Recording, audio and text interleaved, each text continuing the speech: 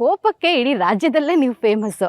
ಈಶ್ವರಪ್ಪನವರ ಹತ್ರ ಕೋಪ ಉಗ್ರ ನರಸಿಂಹನ ಥರ ಆಗ್ಬಿಡ್ತಾರೆ ಅಂತ ಹೇಳ್ತಾ ಇರ್ತಾರೆ. ಸೊ ಈ ಕೋಪದ ವಿಚಾರವಾಗಿ ಈಶ್ವರಪ್ಪನವರ ಅಭಿಪ್ರಾಯ ಏನು? ಜನಸಾಮಾನ್ಯರಿಗೆ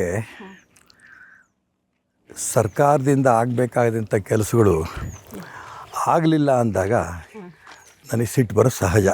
ಆದರೆ ಆ ಕೆಲಸ ಆದಮೇಲೆ ನಿಜಕ್ಕೂ ಕೂಡ ನಂಗೆ ಸಮಾಧಾನ ಆಗುತ್ತೆ. ಅದೇ ಅಧಿಕಾರಿಗಳಿಗೆ ನಾನು ಬೆನ್ನು ತಟ್ತೀನಿ. DCM ಹುದ್ದೆವರೆಗೂ ತಲುಪ್ತೀವಿ ಅನ್ನೋಂಥ ಒಂದು ವಿಶ್ವಾಸ ಇತ್ತಾ ನಿಮಗೆ?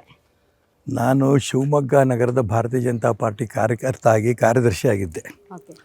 ಕಾರ್ಯದರ್ಶಿ ಆಗಿದ್ದಂಥ ಸಂದರ್ಭದಲ್ಲಿ ನಾನು ಇದ್ದಕ್ಕಿದ್ದಂಗೆ ನಮ್ಮೆಲ್ಲ ಹಿರಿಯರು ಸೇರಿಕೊಂಡು ನೀನು MLA ಕಂಟೆಸ್ಟ್ ಮಾಡಬೇಕು ಅಂತ 89ರಲ್ಲಿ ಹೇಳಿದ್ರು.